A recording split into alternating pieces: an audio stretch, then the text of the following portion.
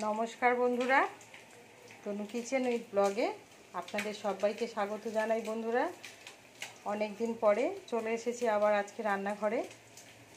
রান্নার ভিডিও নিয়ে আপনাদের সঙ্গে শেয়ার করব। বন্ধুরা, তো এখন আমার প্রত্যেক দিন ভিডিও দেওয়া সম্ভব হচ্ছে না।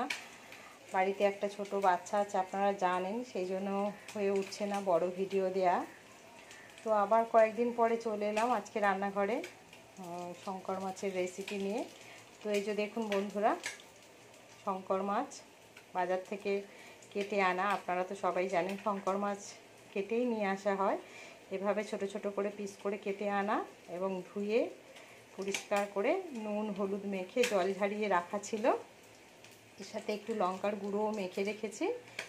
আর এখানে নিয়েছি এই যে ডুমডুম করে আলু কেটে নিয়েছি, মাংসর থেকে একটু ছোট সাইজ, আপনারা চাইলে আরও বড় করে দিতে পারেন। আর এখানে নিয়েছি পেঁয়াজ, আদা, রসুন আর 4টে কাঁচা লঙ্কা একসাথে পেস্ট করে নিয়েছি। ঝালটা আপনারা আপনাদের মতো দেবেন, যদি বেশি ঝাল পছন্দ করেন। আমি আরও একটু লঙ্কার গুঁড়ো দেব এর মধ্যে। এই ধরনের মাছ, একটু নদীর মাছ, ঝাল বেশি না হলে ভালো লাগে না, তো আরও একটু লঙ্কার গুঁড়ো দেব। তো আগে মাছগুলো আমি ভেজে নেব, একটু ভালো করেই মাছগুলো ভেজে নেব। গ্যাস জ্বালিয়ে কড়াই বসিয়ে দিয়েছি, সাদা তেল দিয়ে দিয়েছি, তেলটা গরম হয়ে গেছে। এবার মাছগুলো আমি একে একে ভেজে নেব।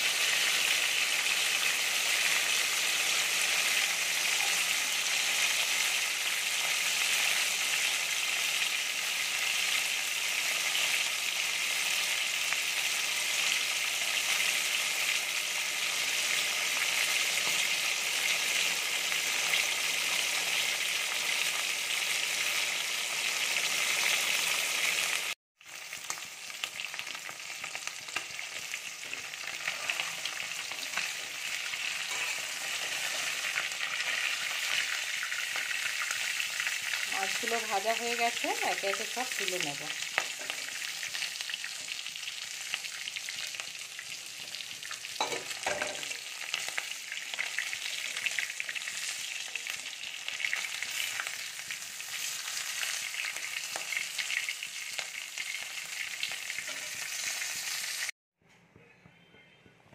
তো বন্ধুরা, সব মাছগুলো ভাজা হয়ে গেছে। এই যে দেখুন, সব মাছ ভাজা হয়ে গেছে। এবার এই মাছ ভেজে নেওয়া তেলের ওপরে আমি আলুগুলো দিয়ে দেবো।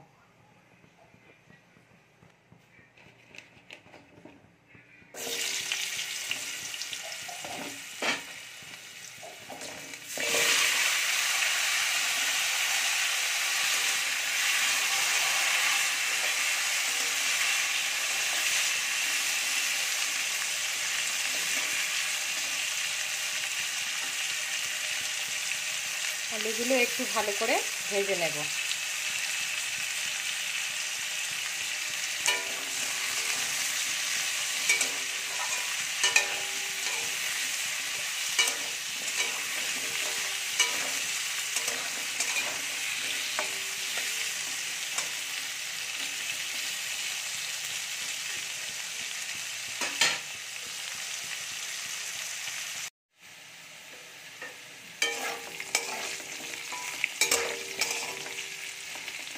তো দেখুন বন্ধুরা, আলুটা খুব ভালো করে লাল লাল করে ভেজে নিয়েছি। এবারে বেটে রাখা মশলাগুলো দিয়ে দেব। পেঁয়াজ, আদা, রসুন আর কাঁচা লঙ্কা মিক্সিতে পেস্ট করে রাখা।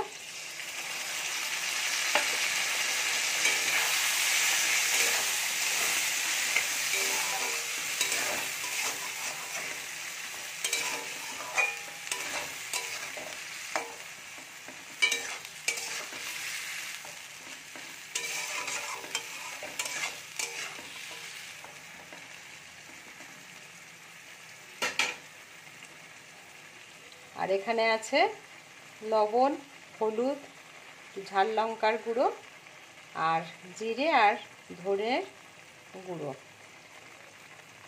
আলুটা ভাজার সময় আমি অল্প পরিমাণে লবণ দিয়েছিলাম, এই জন্য এখন অল্প করে নুন দিলাম। মশলাটা খুব ভালো করে কষিয়ে নেব।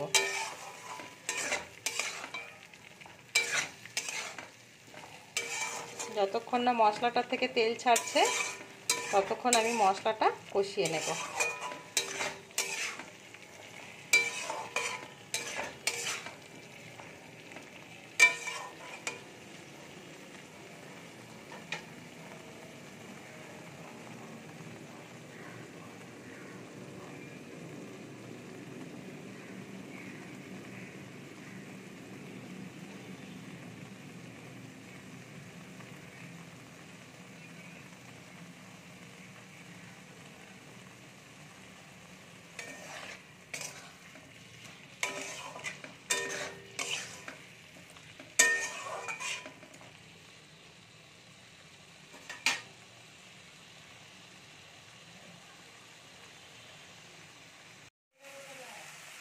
তো বন্ধুরা, এই যে দেখুন মশলাটা কষানো হয়ে গেছে, মশলাটা সাইড থেকে তেল ছেড়ে দিয়েছে।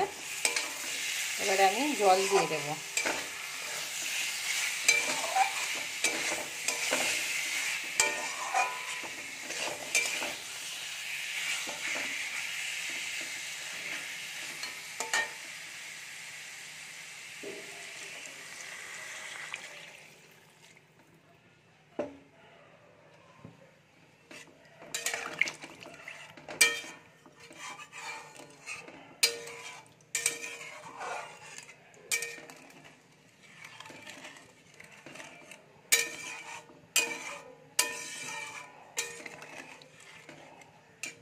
আর ঝোলটা ঢাকা দিয়ে দেব। ফুটে উঠলে ভেজে রাখা মাছগুলো দিয়ে দেব।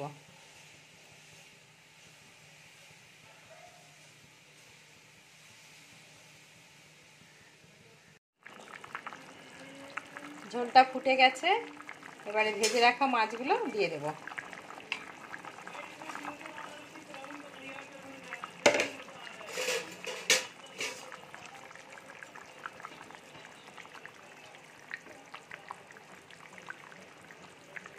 গ্যাসটা কমিয়ে ঢাকা দিয়ে আরও 5 থেকে 7 মিনিট ঝোলটা ফুটতে দেব।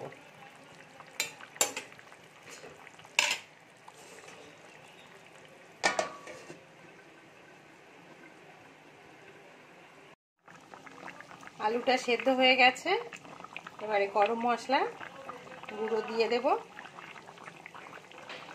দিয়ে ঝোলটা একটু ঘন ঘন হলে নামিয়ে নেব। তো আজকের মতো ভিডিওটা এখানেই শেষ করব। আবার অন্য কোনো দিন রেসিপি নিয়ে এই চ্যানেলে চলে আসব। তো বন্ধুরা, যদি রেসিপিটা আপনাদের ভালো লাগে অবশ্যই একটা লাইক, কমেন্ট, শেয়ার এবং সাবস্ক্রাইব করতে ভুলবেন না।